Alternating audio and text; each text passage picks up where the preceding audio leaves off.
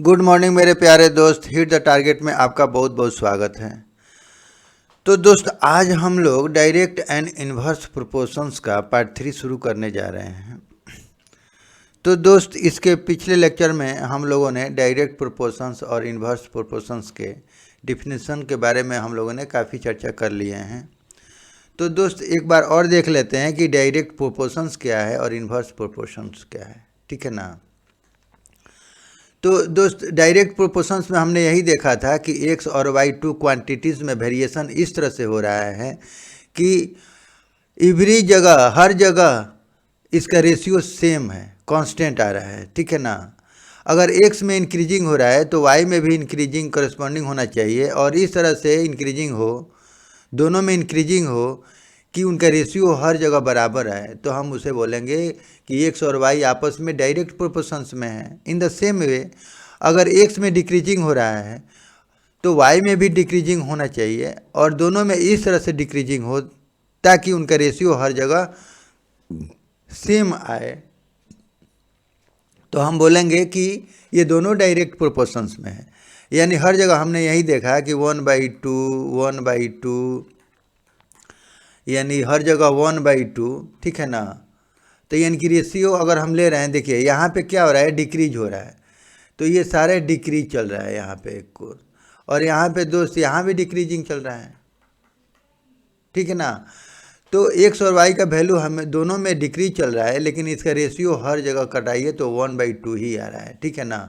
तो इसका रेशियो हम क्या देख रहे हैं कि हर जगह 1/2 ही आ रहा है, तो हम बोलेंगे कि X directly proportional to Y, यानी एक्स बराबर वाई और एक के लगा देंगे दोस्त, एक कांस्टेंट आ जाएगा और इस तरह से के बराबर हमारा x/y, यानी इसका रेशियो हम लेंगे तो हर जगह सेम वैल्यू देगा, यानी सेम वैल्यू, जैसे इसमें 1/2 सेम आ रहा है, ठीक है ना। तो एक फिक्स्ड वैल्यू सेम वैल्यू देगा और वो हर जगह बराबर रहेगा, तो हम बोलेंगे कि एक्स और वाई आपस में डायरेक्ट प्रोपोर्शंस में है, ठीक है ना। जैसे कि अगर हम इन्वर्स का हम लोगों ने बात किया था कि इन्वर्स प्रोपोर्शंस में एक्स वाई में इस तरह से वेरिएशन हो रहा है कि अगर एक्स में इंक्रीजिंग हो रहा है तो वाई में डिक्रीज होना चाहिए, और इस तरह से डिक्रीज हो और एक्स में इंक्रीज हो कि अगर हम एक्स मल्टीप्लाई वाई करें तो ये के आए, यानी कांस्टेंट आए, ठीक है ना। कांस्टेंट का मतलब क्या है कि सेम वैल्यू दे, हर जगह जो वैल्यू आ रहा है वो फिक्स्ड है, ठीक है ना, कोई उसके वैल्यू में डिफरेंट नहीं आए, तो एक्स और वाई आपस में इन्वर्स प्रोपोर्शंस में है, ठीक है ना। जैसे हम इस केस में देख रहे हैं दोस्त कि एक्स हमारा इंक्रीज कर रहा है, ये 200 300 400 इंक्रीज कर रहा है, जबकि ये वाई हमारा डिक्रीज कर रहा है। और अगर हम दोस्त एक्स और वाई की बात करें मल्टीप्लाई की, तो फर्स्ट केस में हम 100 × 60 यानी 6000, अगर हम दोस्त सेकेंड की बात करें तो ये हमारा 200 × 30 यानी दोस्त ये भी 6000, अगर हम ये थर्ड की बात करें तो दोस्त ये 300 × 20, तो दोस्त ये हमारा 6000, और ये अगर फोर्थ की बात करें तो दोस्त ये 400 × 15 यानी ये भी 6000। तो हम हर जगह क्या देख रहे हैं, एक फिक्स अमाउंट आ रहा है, फिक्स चीज़ आ रहा है, ठीक है ना, फिक्स नंबर आ रहा है। तो ये फिक्स नंबर क्या है, कांस्टेंट है, तो इसी को हम बोलते हैं एक्स और क्रॉस वाई बराबर कांस्टेंट, ठीक है ना। तो ये कंडीशन फुलफिलमेंट होना चाहिए, यानी एक्स अगर हम इसको लिखें कि इन्वर्स प्रोपोर्शनल टू वाई, तो इसको हम ऐसे लिखेंगे दोस्त, और इसको जब हम ब्रेक करेंगे तो देखिए एक्स बराबर k/y, अगर हम इसको मल्टीप्लाई करें क्रॉस मल्टीप्लाई तो दोस्त ये हमारा k × 1 बराबर x × y, तो इसलिए xy बराबर k, ठीक है। तो इस तरह से हम देख रहे हैं कि इन्वर्स प्रोपोर्शन में ये हमारा कंडीशन फुलफिलमेंट होना चाहिए कि x और y का जो हम मल्टीप्लाई करें तो ये कांस्टेंट वैल्यू दे, ठीक है ना, और यानी फिक्स वैल्यू दे, यानी सेम वैल्यू दे, यानी 6000 आ रहा है तो हर जगह आ रहा है, ठीक है ना। तो कोई भी अगर क्वांटिटी यहाँ पे आएगा तो वो सेम आएगा, डिफरेंट नहीं आएगा। अगर मान लीजिए कि अगर दोनों में एक में इंक्रीज हो रहा है एक में डिक्रीज हो रहा है, अगर उसमें कहीं भी अगर इसमें डिफरेंस आया, ठीक है ना, एक्स और वाई में अगर मल्टीप्लाई करें तो कहीं भी डिफरेंस आया तो वो इन्वर्स प्रोपोर्शंस में नहीं होगा, ठीक है ना। तो हमें इन्वर्स प्रोपोर्शन से यही मिला कि अगर एक्स में इंक्रीजिंग हो रहा है तो दोस्त वाई में डिक्रीज होगा, अगर एक्स में डिक्रीज हो रहा है तो वाई में इंक्रीज होगा, और इस मैनर में होगा कि एक्स और वाई का जहाँ भी हम मल्टीप्लाई करें तो एक फिक्स्ड नंबर आए, यानी एक कांस्टेंट नंबर आए, ठीक है ना, वो हर जगह बराबर होगा। हर जगह हम अगर एक्स और वाई का मल्टीप्लाई करें तो वही अमाउंट आएगा, ठीक है ना, वही वैल्यू देगा, एक कांस्टेंट वैल्यू देगा। तो हम बोलेंगे दोनों आपस में इन्वर्स प्रोपोर्शंस में है, ठीक है ना। तो दोस्त जैसा कि अब एक्सरसाइज 30.1 का एक क्वेश्चन नंबर 6 की अगर हम बात करें तो ये दे रहा है कि in a model of a ship the mast is 9 centimetre high. तो अगर मान लिया जाए कि ये मॉडल है, ये हमारा मॉडल शिप है, ठीक है ना, ये मॉडल शिप है, तो इसका बोल रहा है कि इसका मस्त कितना है, तो 9 सेंटीमीटर है, ठीक है ना, ठीक है 9 सेंटीमीटर। अच्छा, while mast 9 centimetre high while the mast of the actual ship is 12 metre high, ठीक है। तो यहाँ दो मॉडल, एक मॉडल शिप की बात कर रहा है और एक एक्चुअल शिप की बात कर रहा है, ठीक है ना। तो अब एक्चुअल शिप में बोल रहा है कि मस्त अगर 12 मीटर हाई है और if the length of the ship is 28 metres तो how long is the model ship. तो इसकी लंबाई बताना है, यानी इसकी लंबाई के बारे में बात कर रहा है कि ये कितना होगा, ठीक है ना। तो हम लिख लेंगे कि दोस्त length of the ship, length of the ship, और इसका मीटर में लिख लेते हैं, ठीक है ना। और इसको लिख लें दोस्त कि लेंथ ऑफ द मस्ट, ठीक है ना, मस्ट मतलब इसकी बात कर रहा है, इसकी बात कर रहा है, ठीक है ना, मस्त, इसको भी मीटर में हम ले लें। तो ये दोस्त देखिए अब एक्चुअल शिप की बात कर रहा है, तो यानी जब ये मस्त 12 सेंटीमीटर है तो ये 12 मीटर है, ठीक है ना दोस्त, 12 मीटर है, तो ये इसकी लंबाई, शिप की लंबाई कितनी है, 28 मीटर, तो ये 28 मीटर है। तो बोल रहा है कि ये मॉडल की बात कर रहा है, ये मॉडल शिप की। तो ये जब इसका मस्त 9 सेंटीमीटर है, 9 सेंटीमीटर का मतलब 0.09 मीटर, ठीक है ना, ये मीटर है। तो यानी दोस्त 0.09 मीटर, तो यहाँ पे लिख लेंगे 0.09 मीटर। तो बोल रहा है कि इसकी लंबाई क्या है, तो मान लीजिए x1 मान लीजिए इसको, या x मान लीजिए। तो यहाँ पे लिख लेंगे कि since when length of the ship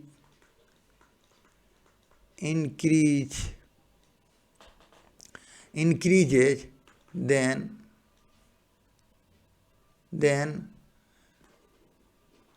length of the mast will also increases, ठीक है ना। तो दोस्त यहाँ पे क्या है कि जितना अगर उसका शिप का लंबाई बढ़ेगा उतना उसका मस्त का भी लंबाई बढ़ेगा, जितना शिप का लेंथ कम होगा उतना मस्त का भी लेंथ कम होगा। तो यानी दोनों डायरेक्ट प्रोपोर्शंस में हैं, बोथ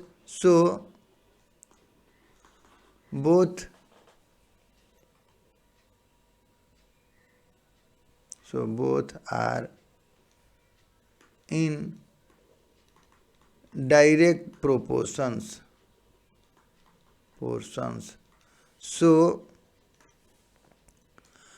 दोस्त अब देखिए ये रेशियो तो हर जगह मेंटेन रहेगा, जब ये डायरेक्ट प्रोपोर्शंस में है तो इसका रेशियो भी हर जगह मेंटेन होगा। तो इसलिए अगर हम दोस्त यहाँ भी अगर रेशियो लेंगे, इसका रेशियो लेंगे तो यही आना है, यानी दोस्त x1/0.09 बराबर ये 28/12, ठीक है ना। तो इसको अगर हम क्रॉस मल्टीप्लाई कर लें, देखिए अगर इसको हम क्रॉस कर लें तो ये दोस्त हमारा हो जाएगा 12x1 बराबर 28 इंटू 0.09। तो इसलिए x1 बराबर तो 28 इंटू 9 अब 100 कर लेंगे, इसको 1 कर लेंगे और 100 से डिवाइड कर दिया और दोस्त ये 12 भी इधर आ जाएगा, ठीक है ना। अब दोस्त इसको कटा लेंगे तो देखिए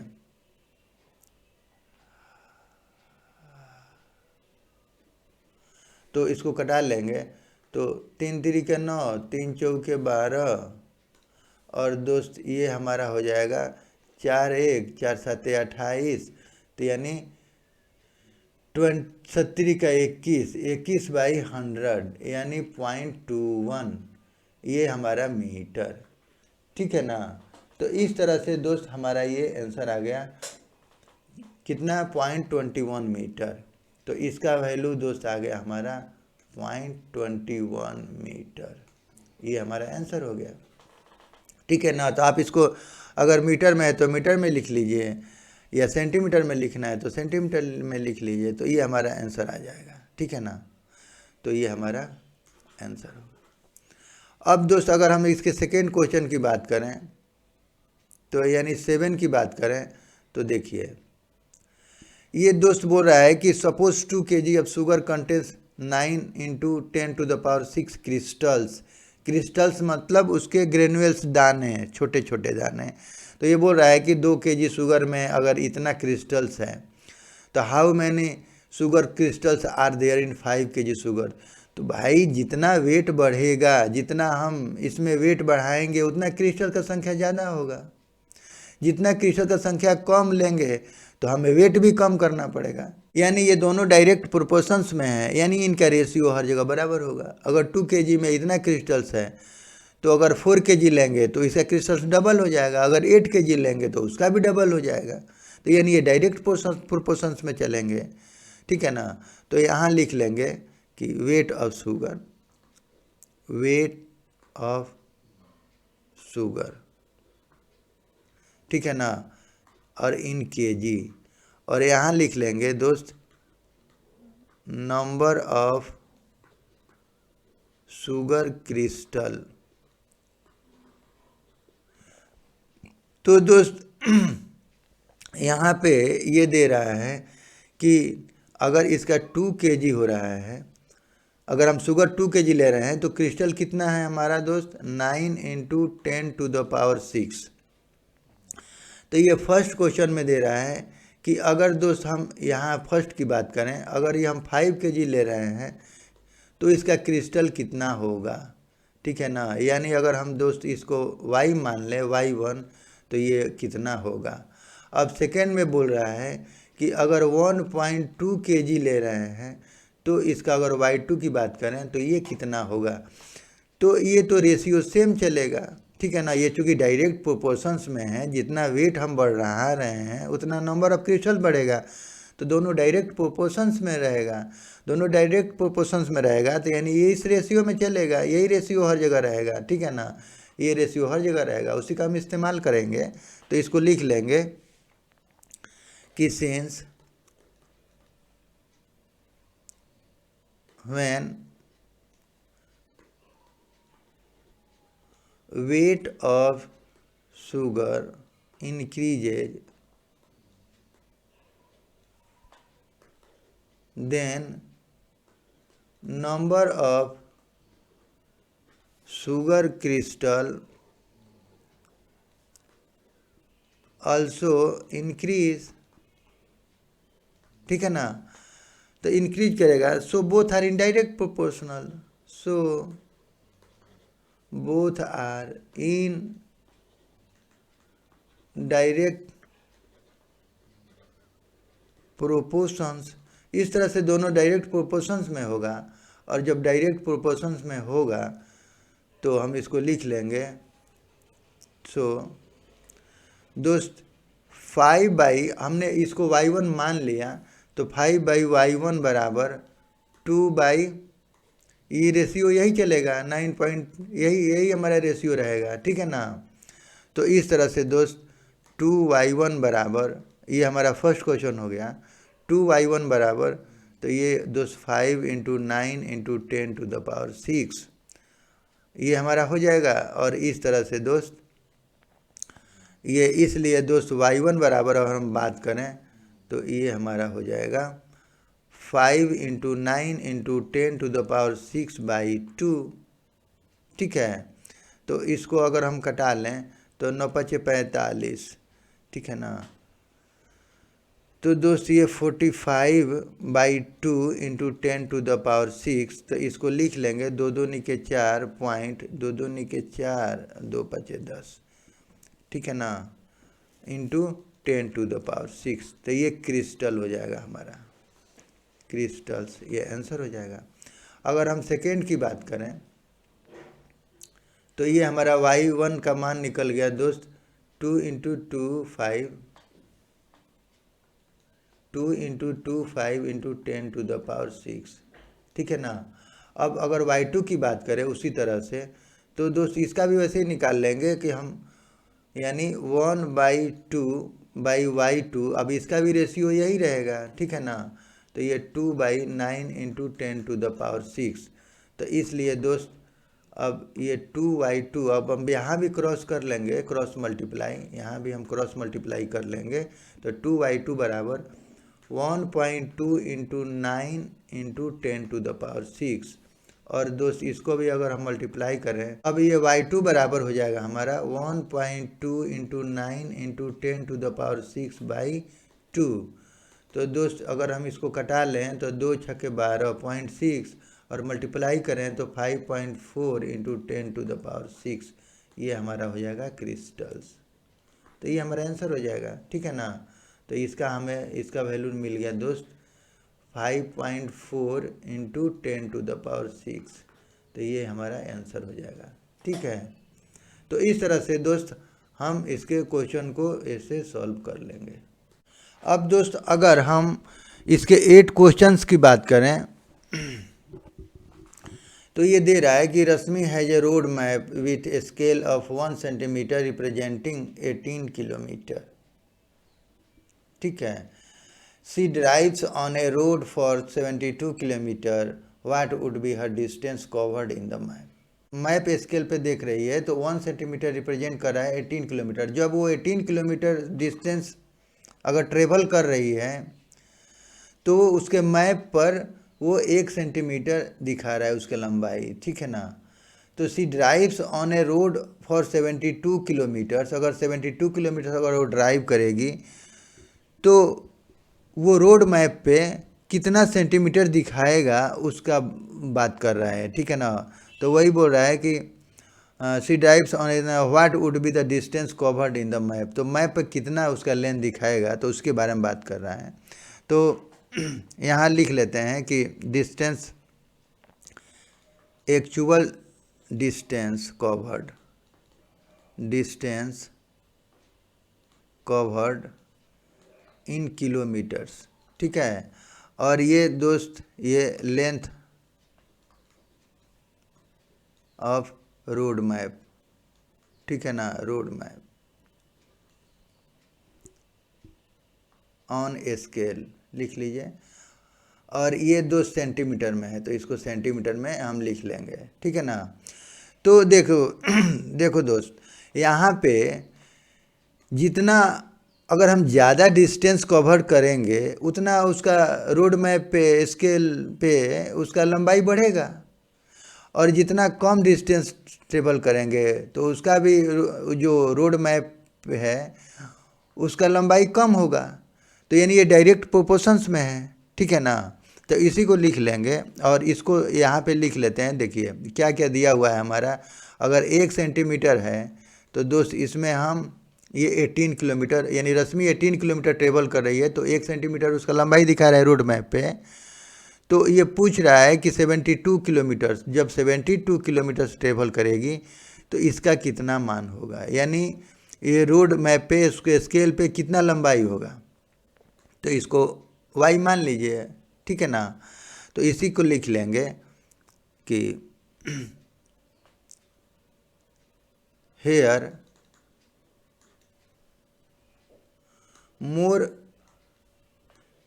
डिस्टेंस कवर्ड, ठीक है ना, more length of road map, so both are in direct proportion,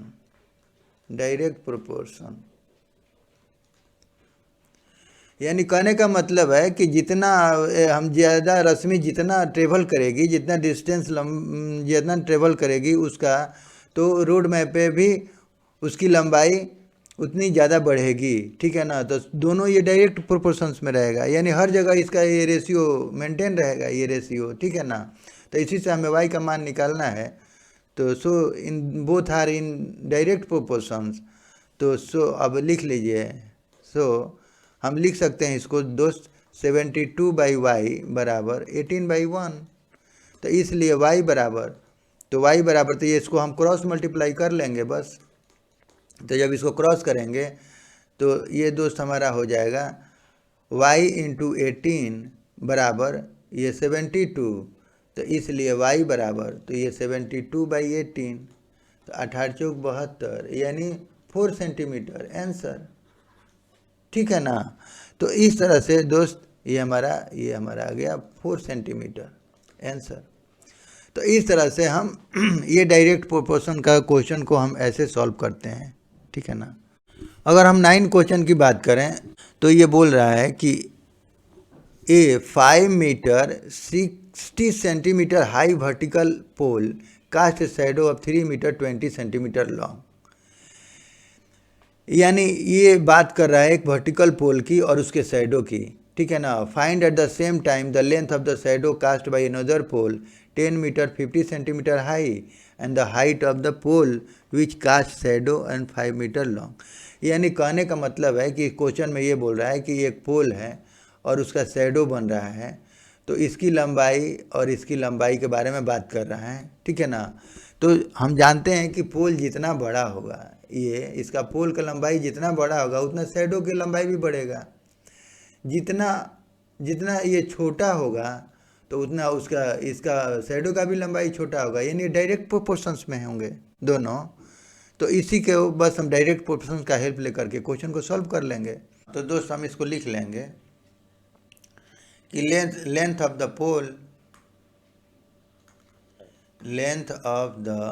पोल, अब इसको ना आप सेंटीमीटर में आप चेंज कर लीजिए, ठीक है।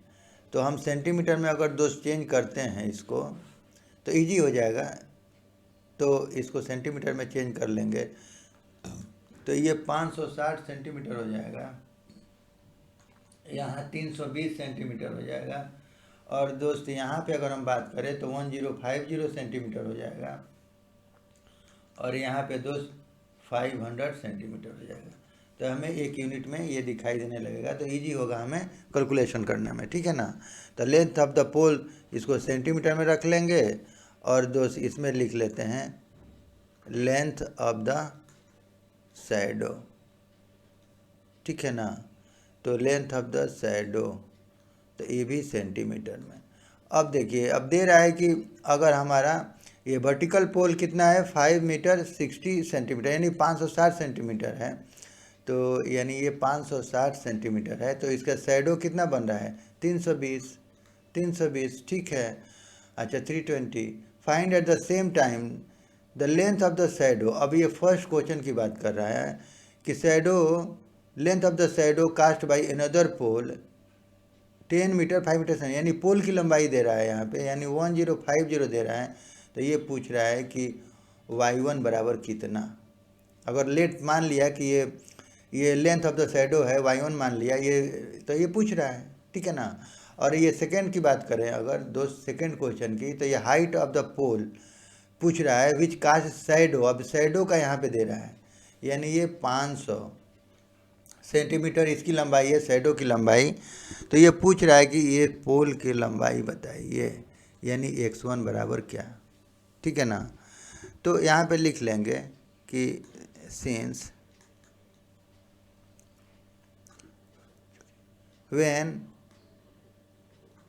length of the pole increase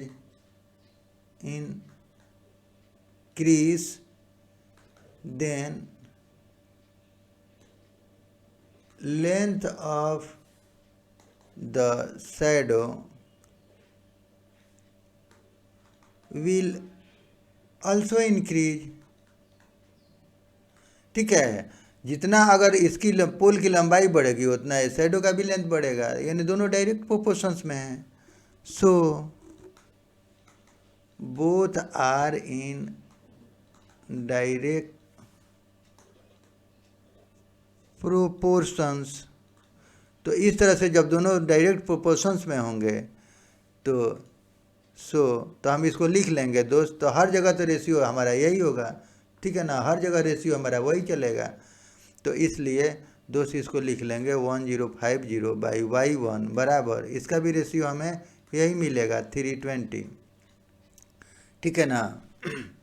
अब इसको सॉल्व कर लेंगे तो देखिए, तो इसलिए दोस्त अब यहाँ हम क्रॉस मल्टीप्लाई कर लेंगे इसको। तो जब हम क्रॉस करेंगे तो दोस्त तो ये हमारा हो जाएगा 560 × y1 बराबर 320 × 1050। तो इसलिए दोस्त y1 बराबर तो 320 × 1050/560, ठीक है ना। अब इसको थोड़ा सॉल्व कर लें अगर, तो देखिए, तो ये दोस्त ये 0 से 0 8 7 56 8 चौका 32।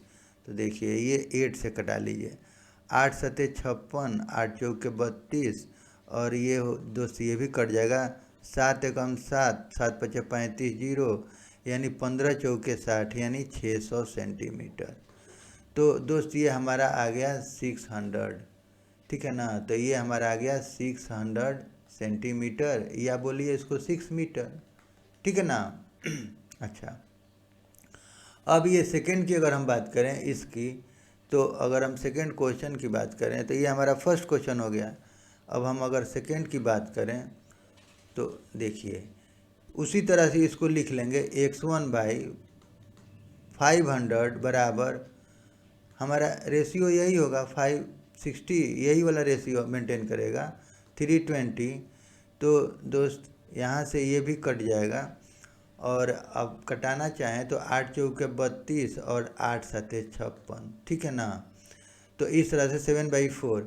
अब इसको क्रॉस कर लेंगे मल्टीप्लाई, तो देखिए अब जब क्रॉस मल्टीप्लाई हम कर लेंगे तो ऐसे हो जाएगा हमारा 4x1 बराबर 500 × 7। तो इसलिए x1 बराबर तो दोस्त 500 × 7/4। तो अगर दोस्त हम कटाएंगे तो 4 एकम 1 और 4 से ही कटा लेंगे इसको। तो 4 एकम 1 1, 4 दूना 8, 4 पचे 20, और इसको अगर हम मल्टीप्लाई करें तो 7 पचे 35 और 7 दूना 14 और 3 17, और 4 एकम 7 दूना 14, 7 पचे 35, 7 दूना 14 और 3 17, 7 एकम 7 1 8, यानी 875 हमारा ये सेंटीमीटर। तो ये हमारा आ गया दोस्त 875 सेंटीमीटर, ठीक है ना। तो इस तरह से काफ़ी इजी है ये अगर बनाना, ठीक है ना। तो इस तरह से दोस्त ये हमारा दोनों आंसर हो जाएगा, ये हमारा आंसर हो जाएगा, ठीक है ना। तो इस तरह से हम क्वेश्चन को ये डायरेक्ट प्रोपोर्शंस के हेल्प से सवाल को सॉल्व कर लेंगे, ठीक है ना। अब दोस्त अगर हम नेक्स्ट क्वेश्चन की बात करें तो दोस्त अगर हम 10 क्वेश्चन की बात करें तो ये बोल रहा है कि a loaded truck travels 14 kilometre in 25 minutes, ठीक है। 25 मिनट्स में ये 14 किलोमीटर ट्रेवल कर रहा है, ठीक है ना। If the speed remains the same, अगर स्पीड हम सेम रखें तो how far can he travels in 5 hours. तो 5 आवर्स में कितना ट्रेवल करेगा। तो भाई ये 25 मिनट्स में 14 किलोमीटर ट्रेवल कर रहा है, तो 5 आवर्स का मतलब हो गया कि यानी 5 × 60 यानी 300 मिनट में तो कितना ज़्यादा, बहुत ज़्यादा ट्रेवल करेगा, यानी 14 किलोमीटर से ज़्यादा ट्रेवल करेगा, यानी जितना समय ज़्यादा में ज़्यादा से ज़्यादा डिस्टेंस कवर करेगा, ठीक है ना। तो यहाँ तो डायरेक्ट प्रोपोर्शंस में है, तो इसी को लिख लेंगे ऐसे कि डिस्टेंस कवर्ड, ठीक है ना, या डिस्टेंस ट्रेवल्स, ऐसे लिख लीजिए ट्रेवल्स। अब दोस्त इसको लिख लीजिए किलोमीटर में, और ये टाइम ले लीजिए, यह टाइम अब किस में दिया हुआ है, तो ये मिनट में, तो ये लिख लीजिए मिनट। और दोस्त अब यहाँ दे रहा है कि 14 किलोमीटर, ये 14 किलोमीटर ट्रेवल कर रहा है 25 मिनट में, ठीक है ना। तो अब बोल रहा है कि अगर उसका स्पीड सेम रहे, ठीक है, उसी स्पीड से जा रहा है, तो हाउ फार कैन इट, यानी दोस्त अब दे रहा है ये 300 मिनट में कितना ट्रेवल करेगा, एक्स बराबर क्या, अगर एक्स मान लिया तो ठीक है ना, तो इसका पूछ रहा है कितना ट्रेवल करेगा। तो यहाँ लिख लेंगे ऐसे कि in more time since in more time there more distance will be travelled, ठीक है ना। जितना ज़्यादा हम समय में लेंगे उतना ज़्यादा हमें डिस्टेंस ट्रेवल करना होगा, ठीक है ना। जितना अधिक समय लगेगा तो अधिक डिस्टेंस ट्रेवल होगा। तो सो बोथ आर, तो ये डायरेक्ट प्रोपोर्शंस में है, both are in direct proportion, ठीक है ना। तो अगर ये दोनों डायरेक्ट प्रोपोर्शंस में है तो इनका रेशियो भी क्या होगा, हर जगह बराबर रहेगा। तो यानी ये रेशियो हर जगह मेंटेन करेगा, हर जगह मेंटेन करेगा, ठीक है ना। तो इसी को लिख लेंगे। सो दोस्त x बाई 300 बाई बराबर ये 14/25, ये रेशियो हमें हर जगह मेंटेन करेगा, और इसकी हेल्प से हम x का वैल्यू निकाल लेंगे। तो इसलिए अब यहाँ पे दोस्त क्रॉस मल्टीप्लाई कर लेंगे। तो यहाँ पे जब हम क्रॉस करेंगे तो ये 25x बराबर 14 × 300। तो इसलिए दोस्त अगर हम यहाँ बात करें तो यहाँ पे क्या हो जाएगा हमारा x बराबर, तो 14 × 300 डिवाइडेड बाय ये हो जाएगा हमारा 25। अब इसको कटा लेंगे तो देखिए, अगर कटाएंगे तो 50 25 और 5 6 30 60 और 5 1 12, ठीक है ना। अब 12 में 14 से अगर मल्टीप्लाई करें तो कितना हो जाएगा हमारा तो यार 14 से 12 में कर लेंगे, 2 चौके 8 2 1 4 4 1 8 6, तो यानी 168, ठीक है ना। तो यानी ये हो जाएगा हमारा 168 किलोमीटर, ठीक है ना, 8 किलोमीटर्स ये ट्रेवल होगा। यानी ये दोस्त हमारा कितना होगा 168 किलोमीटर्स आंसर। यानी 300 मिनट में 168 किलोमीटर, यानी 25 मिनट में 14 किलोमीटर, तो ज़्यादा समय बढ़ा 300 मिनट में तो 168 किलोमीटर, ठीक है ना। तो दोस्त आज के लिए बस इतना ही। अगर दोस्त हमारा वीडियो अच्छा लगे तो प्लीज़ सब्सक्राइब करें एंड लाइक करें and share to your friends and press the bell icon, ताकि मेरे अगले नए वीडियो का नोटिफिकेशन आपको समय से मिल सके। और दोस्त वीडियो देखने के लिए आपका बहुत बहुत धन्यवाद। Thank you.